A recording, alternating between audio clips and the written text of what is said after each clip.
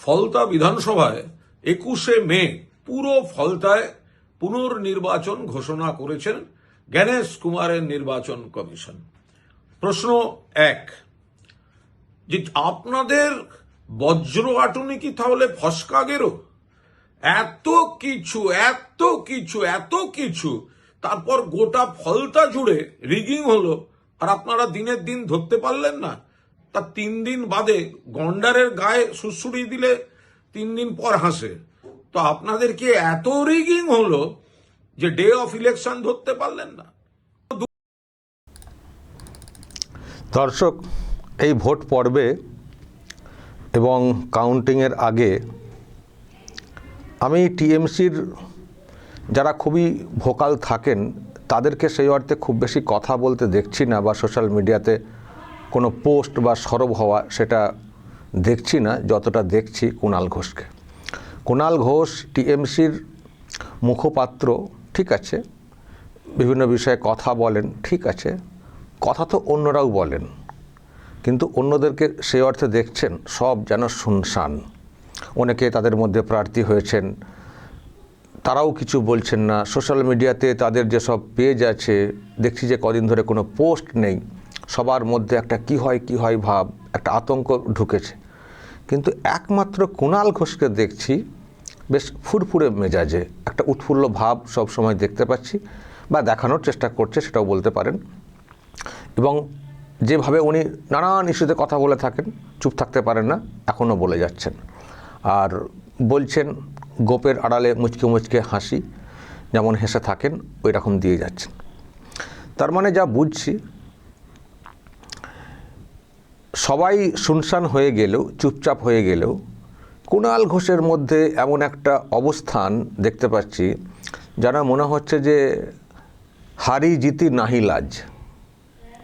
মানে হারলেও ঠিক আছে, জিতলেও ঠিক আছে, মানে জিতলেও ঠিক আছে আর হারলেও ঠিক আছে, মানে এই টাইপের লাগছে। প্রশ্ন এখানে, কেন এই টাইপের? আমি যেটা ফিল করছি, যদি এটা সত্য হয়ে থাকে যে উনি যেন কোথাও ভেবে নিয়েছেন নো টেনশন, অন্যরা সব টেনশনে আছেন, কিন্তু উনি যদি ভেবে নিয়ে থাকেন যে নো টেনশন, জিতলেও ভালো হারলেও ভালো, যদি এটা ভেবে নিয়ে থাকেন তাহলে তার কিন্তু ব্যাখ্যা আছে যে তার মানে কেন এটা এরকম করছেন। আর সত্যি উনি যেভাবে কথা বলছেন অন্যদের মধ্যে, এমনকি ববি হাকিম যিনি অন্য সময় নানানভাবে কথা বলে থাকেন, তার মধ্যে একটা কীরকম ভাব। আর অনেকের মধ্যে দেখবেন সব চুপ হয়ে গেছে, সব গুম হয়ে গেছেন, কিন্তু ইনি দেখছি ফুরফুরে মেজাজি আছেন, ওনার ওই যেমন ছিলেন তেমনই আছেন। এখানে দর্শক প্রশ্ন তৈরি হয় যে কেন কুণাল ঘোষ এতটা ফ্রি কেন ওনাকে লাগছে? ব্যাপারটা কি? তার মানে কি উনি এই ভাবনাতেই আছেন যে জিতলে তো এমএলএ হচ্ছি বা দল ক্ষমতায় আসছে, সে তো যা হওয়ার তো হবেই, আর হারলেও মনের রাগটা পুষিয়ে নেব, এরকম ভাবনা থেকে কি উনি এতটা ফ্রি? দেখুন, যখন কোনো একটা ম্যাচ দেখেন, যখন কোনো একটা নির্দিষ্ট দলের সমর্থক হয়ে থাকেন না, দেখবেন তার মধ্যে একটা টেনশন থাকে, একটা উত্তেজনা থাকে, কি হবে, জিততে পারবো তো, ইত্যাদি। আর যখন দেখবেন আপনাদের ওই ম্যাচের মধ্যে সমর্থন করার মতো নির্দিষ্ট কোনো দল নেই, তখন দেখবেন সেই মানুষ ফ্রি থাকেন, তাই না? সমর্থন যখন কাউকে পুরোপুরি করেন বাই হার্ট, সেখানে যেমন টেনশন থাকে, জিতলে বিরাট আনন্দ হয় আর হারলে বিরাট দুঃখ হয়। আর যেখানে কোনো টিমের প্রতি ওই রকম সমর্থন নেই, জাস্ট খেলা দেখতে এসছি, ও যে জিতবে কোনো বালাই নেই, টোটাল খেলাটা এনজয় করা যায়, এরা মারলেও ভাল লাগে, ওরা মারলেও ভাল লাগে, বা এরা গোল দিলেও ভাল লাগে, ওরা গোল দিলেও ভাল লাগে, তখন হাড্ডাহাড্ডি ম্যাচ আমরা চাই, তখন আমরা হাড্ডাহাড্ডি ম্যাচ চাই। আর যখন পুরোপুরি ফ্যান বা সমর্থক, তখন হাড্ডাহাড্ডি না, যে কোনো মূল্যে জিতলেই হলো, দরকার হলে খেলা জমুক বা না জমুক, ও আমরা বান্ডিল করে দিয়েও জিতবো। তখন খেলা ভালো চান না লোকেরা, যারা কোনো একটা দলের একেবারে বিরাট সমর্থক হয়ে যান। আর যখনই কোনো দলের নির্দিষ্ট সমর্থক না কেউ হয়ে থাকেন, তখন খেলাটা যাতে ভালো করে জমে, যে জিতবে আমার কোনো যায় আসে না, এই টাইপের হয়তো কুণাল ঘোষের অবস্থানটা এখন যা দেখছি দর্শক, যারা মনে হচ্ছে উনি সেই নিউট্রাল পজিশনে চলে এসছেন। যদিও উনি প্রার্থী হয়েছেন, নিশ্চয়ই ওনার জয়টা উনি চাইবেন, কিন্তু ওনার জয়টার পাশাপাশি উনি কি আদৌ দলটার জয় চাইছেন, বা দলটার জয় চাইছেন বলতে হলে ঠিক আছে, উনিও জিতলে, দল জিতলে উনি ক্ষমতায়, ওনারও আরও অনেক স্বপ্ন পূরণের হাতে চেষ্টা করতে পারেন। কিন্তু দল না জিতলে অন্যদের মধ্যে যে টেনশনটা, সেটা কিন্তু আমার লাগছে না। আমি বলছি দর্শক, এটার ব্যাখ্যা আপনাদেরকেও দিতে হবে, কেন কুণাল ঘোষকে এরকম লাগছে। অনেকে আবার এটাও বলছেন যদি এইরকম পজিশন হয়, যদিও সেই সম্ভাবনা কম, কারণ মানুষের যা পালস, খুব সহজেই বিজেপির ক্ষমতায় আসার কথাটা আমি এই জন্যই বলছি, কারণ অনেক বাট কিন্তু আছে অবশ্যই। মানুষের পালস, মানুষের হাওয়াতে বিজেপির সহজেই ক্ষমতায় আসার কথা। যদি না আসে তখন অন্য কিছু ফ্যাক্টর আছে যেগুলো ভাবতে হবে এবং সেগুলো নিশ্চয়ই চর্চাতে উঠে আসবে। কিন্তু যেটা মনে করা হচ্ছে বা কেউ কেউ বলছেন ওনার আচরণ দেখে, যে যদি কখনো মানে এরকম পজিশন হয় সরকার গঠনে, বিজেপির আরও কিছু এমএলএ সংখ্যা লাগছে, আমি তর্কের খাতিরে বলছি, কারণ আমি আগেই বলেছিলাম যে বিজেপির জন্য ম্যাজিক ফিগার কিন্তু 148 না, 148 তো নর্মাল। তৃণমূল কংগ্রেসকে সরকার গঠন করতে গেলে তাদেরকে পেতেই হবে, কিন্তু বিজেপিকে অতটা না পেলেও চলবে। বিজেপি যদি 130টা আসনে জয়ী হয়ে যায় তাতেই সরকার বিজেপি গঠন করে ফেলবে। কিন্তু কী করে গঠন করবে? 130 পেলে তো আরও 18টা তো এমএলএ লাগবে। তো সেই 18 এমএলএটা বিজেপির পক্ষে জোগাড় করাটা সহজ, এটা অনেকে বলছেন। তার অনেক গ্রাউন্ড থাকবে ব্যাকগ্রাউন্ড থাকবে ইত্যাদি। তো এখন এই কুণাল ঘোষের এরকম হালচাল দেখে অনেকে বলছেন কুণাল ঘোষ জিতবেন কি না সেটা অন্য বিষয়, বা জিতলে উনি তো থাকছেনই, তাহলে কি কুণাল ঘোষও কি কখনো শিন্ডের আকারে আসবেন নাকি, শিন্ডের রূপ ধারণ করবেন নাকি বিজেপিকে সরকার গঠনের ক্ষেত্রে? কারণ হিসেবে দর্শক ওই ব্যথা বেদনা যন্ত্রণা যেটা অনেকে মনে করাচ্ছেন যে কুণাল ঘোষ কেন এত উৎফুল্ল, কেন এত খুশি, কেন ওনার মধ্যে এরকম লক্ষ্য করছি যে দল হেরে গেলেই আমার কী যায় আসে, হেরে গেলেও ভালো, অন্য বদলা হবে। এটার পেছনে যে ভাবনাটা এসছে ওনার সেই যন্ত্রণা, যে যন্ত্রণা উনি ভোগ করেছেন, যে যন্ত্রণা দিয়েছেন ওনাদের সুপ্রিমো দিদি নিজে, দিদির পুলিশ ওনাকে জেলবন্দি করেছিল। নিশ্চয়ই মনে আছে, আমি পুরনো দুটো ভিডিও দেখাতে পারি। সেই যন্ত্রণা, এ তো চোখে মুখে হাসছেন সব ঠিক আছে, কিন্তু এই যন্ত্রণা তো ভোলার নয়। ওনার স্মৃতি নিশ্চয়ই উনি ভালো করে জানেন, ওনার সঙ্গে যে ঘটনা ঘটেছিল, সেই চোখের কান্না। এই রাজীব কুমার, যিনি এখন দলের বিরাট নেতা হয়ে গেছেন, যিনি আবার ইলেকশন কাউন্টিংয়ের দায়িত্ব পেয়েছেন, এই রাজীব কুমারের বিরুদ্ধে তো কুণাল ঘোষের তো বিরাট ক্ষোভ ছিল তো একটা সময়ে। এবং একটা সময় কেন, যখন ওনাকে ডিজি করা হচ্ছিল তখনও প্রশ্ন তুলেছিলেন। তারপরে তো নিশ্চয়ই ওনাকে এরকম রাজ্যসভার এমপি করা হয়েছে, নিশ্চয়ই ভালোভাবে উনি নেননি, কিন্তু যন্ত্রণা হয়তো চেপে রেখেছেন। কারণ এই রাজীব কুমার বা এরাই তো ওনাকে জেলবন্দি করেছিলেন, ফাঁসিয়েছিলেন, যদিও নেত্রীর নির্দেশে। তো এগুলো কি উনি জানেন না, বোঝেন না? নিশ্চয়ই বোঝেন। তো ফলে সেই যন্ত্রণা কি উনি সহজে ভুলতে পেরেছেন?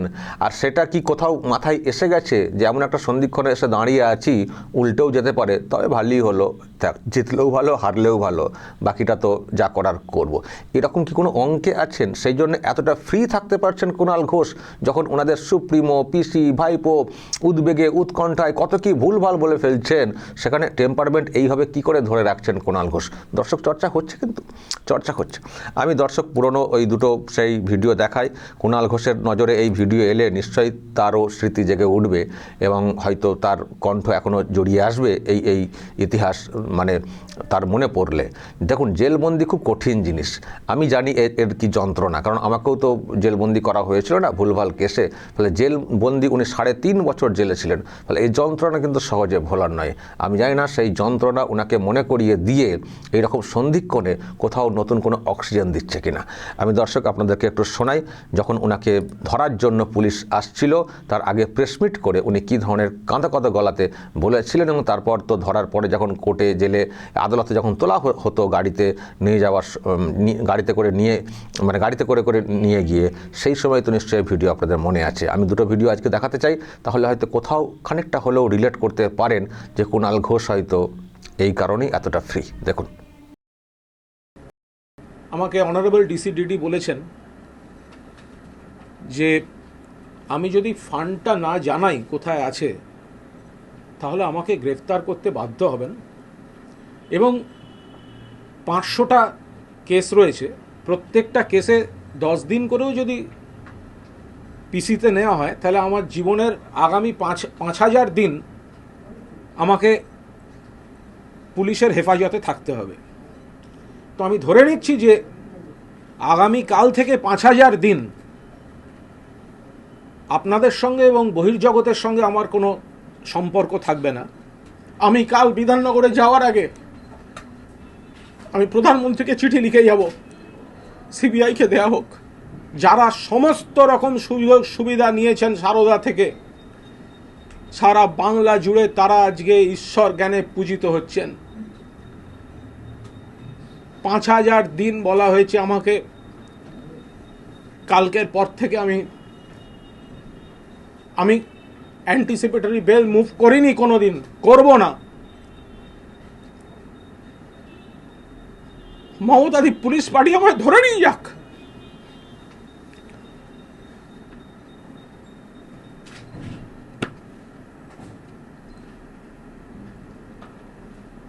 মুকুল রায়, যার কথায় বিধাননগর কমিশনারেটে রাজীব কুমার ওঠা বসা করেন,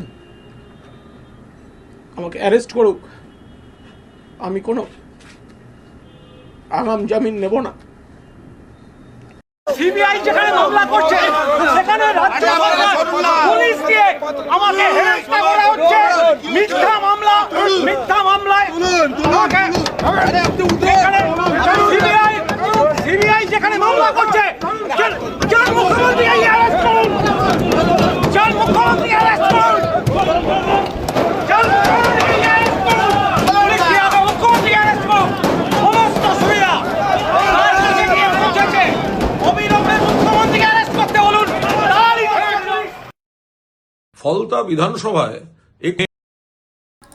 সেই মানুষটি আবারও বেরিয়ে এসে দলকে সাপোর্ট করে গেছেন, দলের হয়ে কাজ করছেন এবং এইভাবে অনেক কটাক্ষ সহ্য করতে হয়েছে যে এই রকম বলছিলেন, আবার সেই দলের হয়ে এইভাবে কথা বলছেন, প্রচুর সমালোচনা সহ্য করতে হয়েছে, কিন্তু ধীরে ধীরে নিজেকে সেইভাবেই মানিয়ে নিয়েছেন।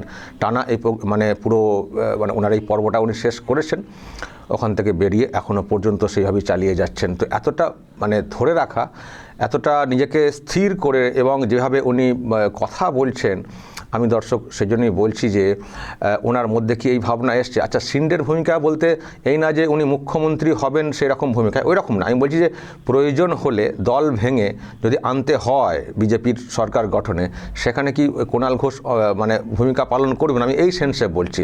কুণাল ঘোষের আমি কোথাও ফিল করি তৃণমূল কংগ্রেসের প্রতি কুণাল ঘোষের বিরাট যে দয়াময়া আছে, এটা আমার কোথাও মনে হয় না। আর যে তৃণমূল কংগ্রেসের নেতা নেত্রীরা এই রকম বেগ দিয়েছেন কুণাল ঘোষকে, অন্তর থেকে কখনো তিনি সেই দলকে মেনে নিতে পারবেন, প্রথম দিকে ছেড়ে দিন, পরের দিকের বলছি, এটা কখনোই না। মেনে নেওয়া, মানিয়ে নেওয়া বা বাধ্য হওয়া, এগুলোর অনেক ব্যাপার আছে। হয়তো ছিলেন, সাথে ছিলেন, কিন্তু আমি জানি না, আপনারাও বলবেন, যখন এরকম একটা হাওয়া চলে এসছে পরিবর্তনের, সেই জন্য উনি এতটা, যখন অনেকে সবাই চাপ ফিল করছেন, ওনার মধ্যে ওই পুরনো বিষয় মাথায় রেখে উনি এতটা ফ্রি থাকছেন কিনা, যে হলে ভালো, না হলেও ভালো, বা আরও ভালো, যদি আমাকে প্রয়োজন হয় বিজেপির বা সরকার গঠনে, সেখানে তো আমি আমার ভূমিকা রাখবো। আর যদি প্রয়োজন নাও হয়, সরকার পরিবর্তন হলে নিশ্চয় এই শাসকের, যারা আমাকে এইরকম বেগ দিয়েছেন, তাদের বিরুদ্ধে একটা ব্যবস্থা হবে বা তাদের অহংকার চূর্ণ হবে। চলো, যা হবে ভালোই হবে, আমি আমার যা অবস্থান আমি পরিষ্কার করে দেবো। আমি জানি এরকম ভাবনা থেকে এতটা ফ্রি কিনা, মনে হচ্ছে না যে উনি কোনো একটা দলের সমর্থক। দেখুন, বলছেন ফলতা অমক তমক বলছেন, যে কথাগুলো বলছেন দলের জন্যই বলছেন, তো সেটা তো বলবেনই, না বললে তো সেটা একেবারে অন্য ব্যাখ্যা হয়ে যাবে না। এখন তো বলবেন দলের জন্যই বলছেন, কিন্তু দলের জন্য বললেও বডি ল্যাঙ্গুয়েজ যা দেখতে পাচ্ছি অন্যদের থেকে, হয়তো বললেন উনি হয়তো নিশ্চিত জিতবেন, সেই জন্য না, অতটা নিশ্চিত উনিও নিশ্চয় নন, সাংবাদিক তো নিশ্চয়ই পালস বোঝেন, কিন্তু ওনার এই নিশ্চিত মনোভাব যেটা দেখানো হচ্ছে বা ভিতর থেকে যেটা বেরিয়ে আসছে, এতে যেন কোথাও মনে হচ্ছে উনি ওই টাইপের হয়ে গেছেন, নিউট্রাল পজিশনে, হলেও ভালো, না হলেও ভালো, হলো এক আর না হলে তো মনের সেই রাগ পোষাবো যারা এইসব করেছেন, আর দেখে নেবো রাজীব কুমার কত বড় নেতা হয়েছেন। আমি জানি মনে এরকম ভাবনা এসেছে কিনা, তো সেই জন্য এতটা ফ্রি কিনা। ফলে দর্শক, এই কুণাল ঘোষের এই মন্তব্য, ওনার বডি ল্যাঙ্গুয়েজ, ওনার আচার আচরণ, এবং মাঝখানে দেখলেন একবার তাপস রায়ের সঙ্গে বেশ ভালো ব্যবহারও করেছেন, তো এইসব দেখে কোথাও আমারও প্রশ্ন জাগছে, যেটা আপনারা অনেকে বলছেন যে কুণাল ঘোষ কেন এইরকম রোল প্লে করছেন, কি ব্যাপার। আর এটাও কি দেখা যাবে যদি কালকে দেখলাম যে পরিবর্তন হয়ে গেল, সবার আগে কি কুণাল ঘোষই বিস্ফোরক হবেন দলের বিরুদ্ধে? সবার আগে দলের যারা আছেন তাদের বিরুদ্ধে এই কুণাল ঘোষকে কি বিস্ফোরক হতে আমরা দেখব? পাল্টি বা যেটা বলেন পাল্টি, সবার আগে কি ওনাকেই দেখব? তবে দেখার সম্ভাবনা কিন্তু খুব প্রবল, কারণ যে বেগ উনি পেয়েছেন এই দলের সঙ্গে থেকে, যেটা ওনার বক্তব্য, আপনার হয়তো আরও অনেক অন্য বক্তব্য থাকতে পারে, কিন্তু ওনার বক্তব্য দলের লোকেরাই ওনাকে ফাঁসিয়েছেন, দলের লোকেরাই ওনাকে জেলবন্দি করেছেন, ফলে যে যে যন্ত্রণা উনি ভোগ করেছেন, সেই দল যদি ক্ষমতাচ্যুত হয়, নিজে দলে থাকলেও, নিজের এমএলএ হওয়ার সম্ভাবনা থাকলেও ভিতরে ভিতরে কি সেই প্রতিশোধ, মধুর প্রতিশোধ নেওয়ার এটা কি জাগবে না? দর্শক, আপনারা কি মনে করেন? বলবেন আপনারা কি করতে পারেন কুণাল ঘোষ।